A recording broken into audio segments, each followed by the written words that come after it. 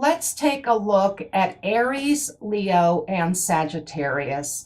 They're all in the fire element, which means they have things in common. They're all independent.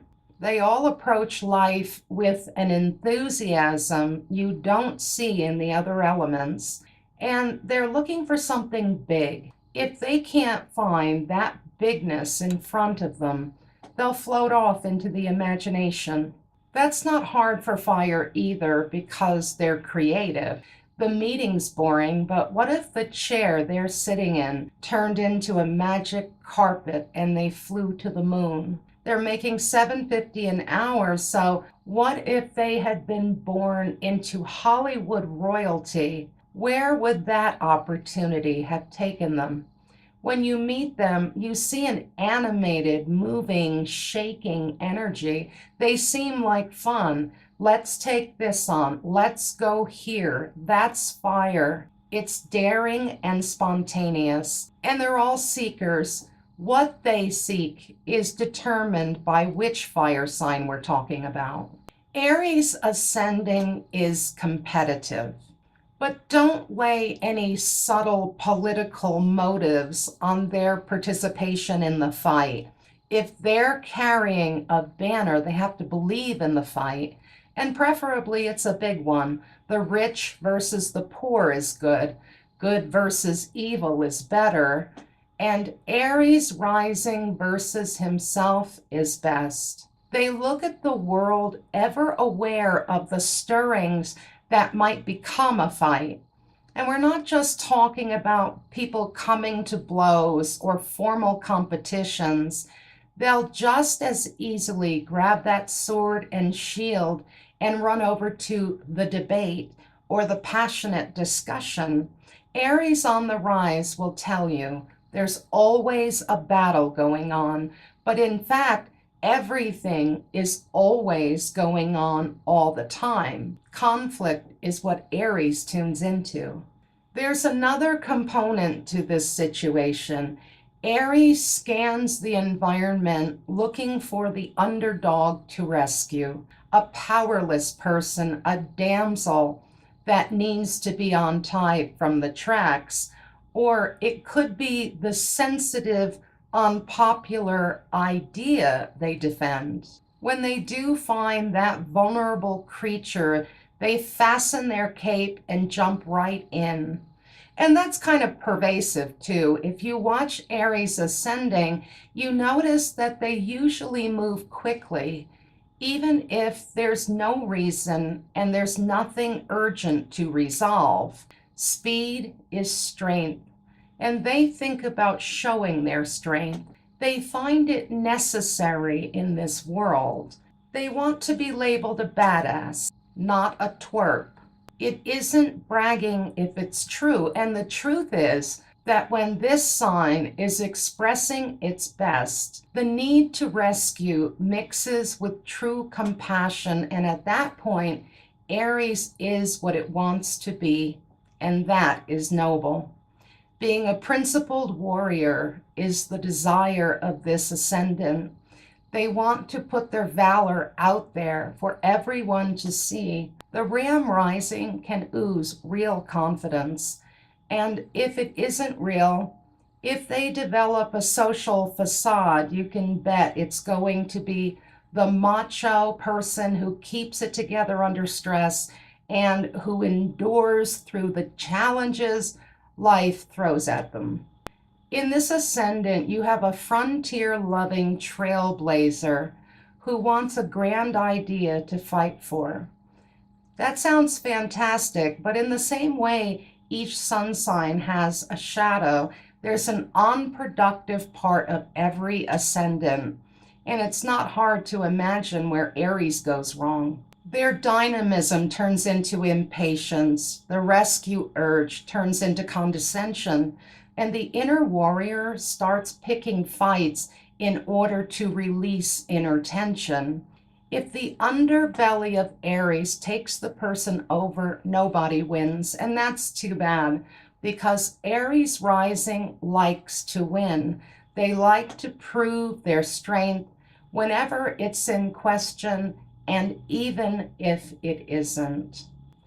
Now, let's look at Leo the lion. This creature has an enormous hairdo and a roar that says, "This is my territory, and look how big I am." Leo rising leaves a similar impression. You hardly ever see one who's meek or shy, and one distinctive thing they possess is stage presence. By that I mean no matter who's in the room, eyes seem to follow them.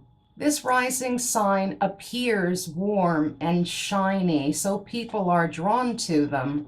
Leo rising is advantageous in cultures that put a lot of focus on dominance and extroversion, and you can often warm yourself by the Leo ascendant. I know one who even seems to flicker like a flame. She's happy to receive all the gifts she's sure the universe wants to give her. You see, they think they've earned everything they have, and in a way, I suppose it's true because they feel themselves unique, and that's not always easy. In fact, she said something I remind myself of regularly because it applies to any situation.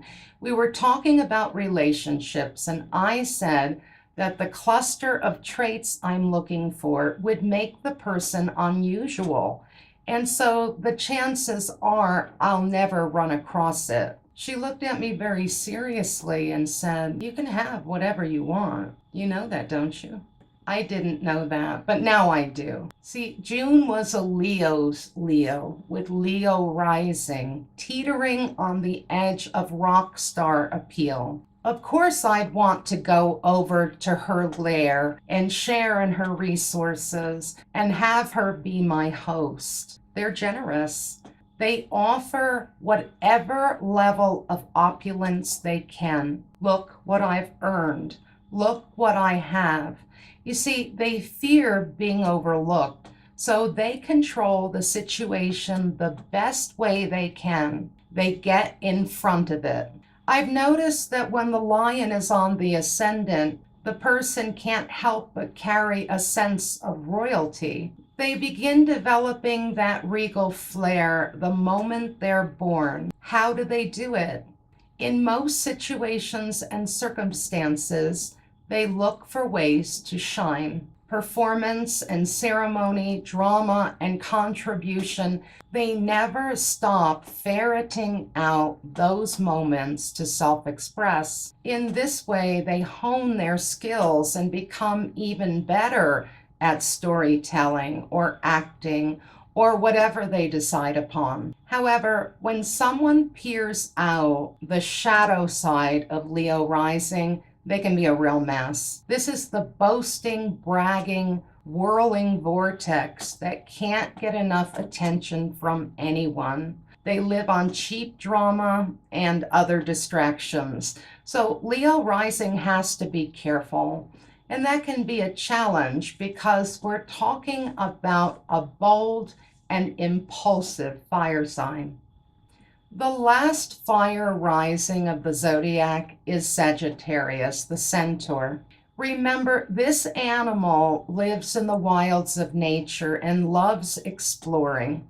As an instructor, he taught the herbal and mystical arts, as well as astrology. So we can surmise that he not only likes exploring the earth, he looks for meaning in the sky. The hybrid nature of the creature says it all. Part beast, part refined human. The native can express both halves, yes. However, I've noticed that many Sagittarians will only express one half of the creature.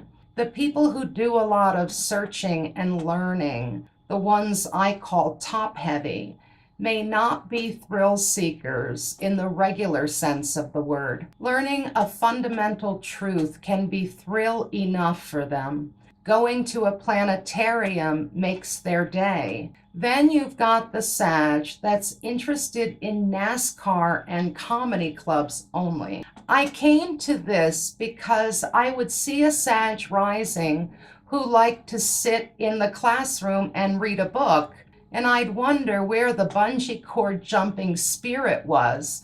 Or I'd see a Sag rising who didn't seem the least bit interested in the big questions.